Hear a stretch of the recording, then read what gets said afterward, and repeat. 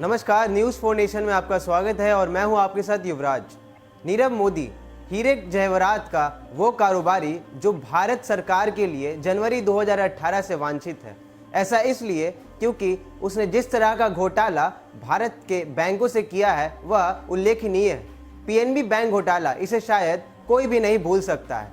14,500 करोड़ रुपए के इस घोटाले में जब नीरव मोदी का नाम आया तो यह देखने वाली बात थी। तो इतने बड़े घोटाले के रुपये के साथ वह सीधे लंदन फरार हो गया।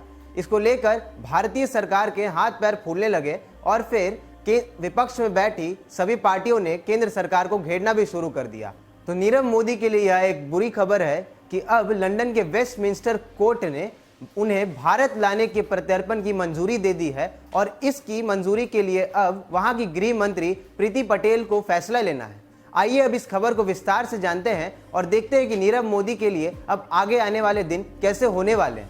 पंजाब नेशनल बैंक के साथ 14,500 करोड़ रुपए से अधिक की धोखाधड़ी के मामले में भारत में वांछित हीरा कारोबारी नीरव मोदी गुरुवार को प्रत्यर्पण के खिलाफ अपना मुकदमा हार गया।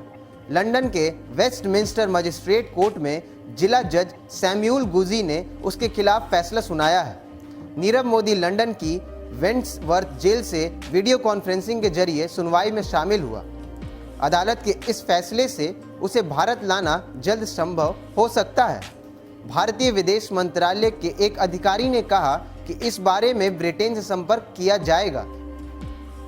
जज गुजी ने अपने फैसले में कहा, प्रारंभिक नज़र में मैं उन तथ्यों से संतुष्ट हूं कि नीरव मोदी पर जालसाजी और धन शोधन का मामला बनता है। वह अपने आदेश की प्रति ब्रिटेन की गृह मंत्री प्रीति पटेल को भेज सकता है। भारत ब्रिटेन प्रत्यर्पण समझौते के तहत कैबिनेट मंत्री को ही प्रत्यर्पण का आदेश मंजूर करने का अधिकार है। मंत्री को 2 महीने के भीतर इस पर फैसला करना होगा। आमतौर पर अदालत के फैसले को गृह मंत्री द्वारा पलटा नहीं जा सकता। पीएनबी के साथ धोखाधड़ी से जुड़े मामले में भारतीय जांच एजेंसी सीबीआई जांच कर रही है। वही धन शोधन के संबंध में प्रवर्तन निदेशालय अर्थात ईडी छानबीन कर रहा है। तो आपको बताते चले, जिस तरह से नीरव मोदी ने एक याचिका दायर की थी कि भारत में सही तरीके से उसे जेल में नहीं रखा जाएगा या फिर उस पर कानूनी कार्रवाई नहीं की जाएगी, तो इसको लंदन के वेस्टमिंस्टर कोर्ट ने खारिज कर दिया है। कोर्ट ने यह साफ कह दिया है कि भारत की न्याय प्रणाली अब पहले की अपेक्षा नहीं रह गई है और फिर वहां पे कानूनी कार्रवाई सही तरीके से होगी। वहां के जेलों की भी स्थिति सही है।